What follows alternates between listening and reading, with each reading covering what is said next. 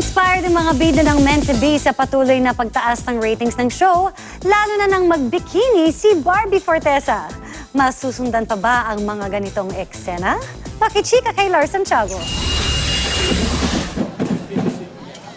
Mismong si British Ambassador Asif Ahmad ang nakasama ng Meant to Be lead stars na sina Barbie Forteza, Ken Chan, Jack Roberto, Ivan Dorsner at Adi Raj sa ribbon cutting para sa pagbubukas ng British Festival sa Taguig nitong weekend.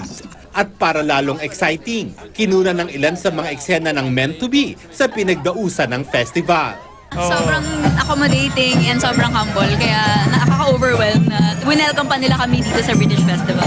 It's very warming and encouraging, the amount of openness and the attitude that they show dito sa atin sa Pilipinas. Inspirado si Barbie at ang apat niyang leading man sa malaking tagumpay na inaani ng Meant to Be sa suporta ng mga manonood. Masayang-masaya kami sa natatanggap namin na ratings araw-araw. And maraming salamat for making us trend every day on Twitter. Yes, mababasa po namin lahat ng tweets nyo. Opo. At masayang-masaya po kami sa positive na mga comments.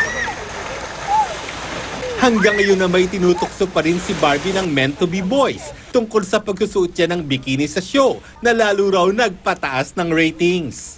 May mga ganito pa ba siyang eksenang gagawin? Right after next scene, yung kumain na ako, so hindi na, no more. Ngayong nagbikini na siya sa TV, susunod na ba ang pag-post sa Men's Magazine? So, paanong para? Hindi.